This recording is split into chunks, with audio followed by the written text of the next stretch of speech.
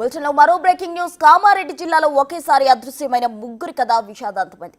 Bikkanoor SI Sai Kumar మృతదేహం నిన్న లభ్యమైంది. సదాశివనగర్ మండలం అట్లూరు ఎల్లారెడ్డి పెద్ద చెరువులో ఆయన మృతదేహం రెస్క్యూ బృందాలు వెలికితీశాయి.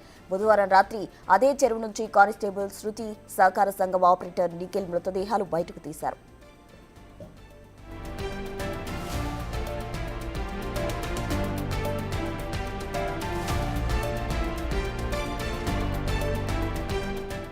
మిస్టరీగా మారిన ఈ కేసులో ముగ్గురి కాల్ డేటా, వాట్సాప్ చాటింగ్ కీలకంగా మారింది.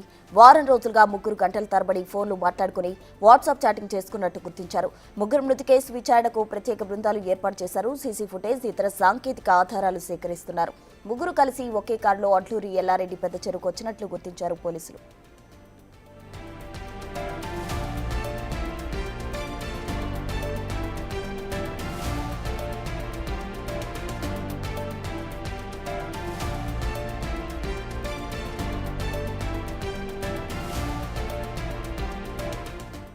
ఇక కామారెడ్డి జిల్లాలో ఒకేసారి అదృశ్యమైన ముగ్గురి కథ విషాదాంతమైంది. దీనికి సంబంధించి పూర్తి వివరాలు అందించేందుకు మా ప్రతినిధి రాజేష్ సిద్ధంగా ఉన్నారు. రాజేష్, కామారెడ్డి జిల్లాలో జరిగిన ఘటనకి సంబంధించి పూర్తిగా రాష్ట్ర వ్యాప్తంగా సంచలనం రేపింది. అటు బిక్కనూరు ఎస్ఐ కావచ్చు, బీబీపేటకు సంబంధించిన కానిస్టేబుల్ శృతి, అలాగే ప్రైవేటు కంప్యూటర్ ఆపరేటర్ గా పనిచేస్తున్న నిఖిల్, ముగ్గురు కూడా కారులో వెళ్లి అక్కడ ఏదైతే పెద్ద చెరువుకు సంబంధించిన ఆ చెరువులో ఆత్మహత్య చేసుకోవడం జరిగింది. ఇదంతా కూడా ట్రయాంగిల్ లవ్ స్టోరీకి సంబంధించిన సూసైడ్ గా పోలీసులు పరిగణిస్తున్నారు. ఇప్పటికే ఎస్పీ సింధు శర్మ ఈ కేసులో కీలకంగా వివరించి ఒక ప్రత్యేక కమిటీని వేయడం జరిగింది. అసలు ఏం జరిగింది, దీనిపై విచారణ చేస్తున్నారు. గత వారం రోజులుగా ఈ ముగ్గురు మధ్య ఫోన్ సంబంధించిన వాట్సాప్ చాటింగ్ తో పాటు కాల్స్ మాట్లాడుకున్నారు.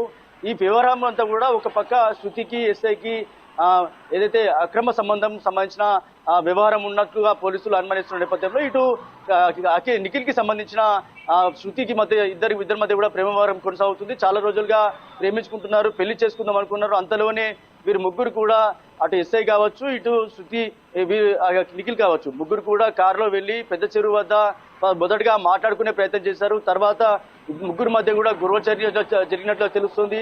మొదటిగా శృతి చెరువులో పడిన తర్వాత నిఖిల్ చెరువులో పడినట్టుగా తెలుస్తోంది. ఈ వ్యవహారంలో వీరిద్దరిని కాపాడే ప్రయత్నంలో ఎవరైతే బిక్నూరు సంబంధించిన పనిచేసిన బిక్నూరు ఎస్ఐగా పనిచేస్తున్న సాయి కుమార్ ఎవరైతే ఉన్నారో వాళ్ళని కాపాడే ప్రయత్నం చేశాడు. అంతలోనే తాను కూడా మృతి చెందడం జరిగింది. దీంతో ఒక్కసారిగా రాష్ట్ర వ్యాప్తంగా కూడా కలకలం రేపింది.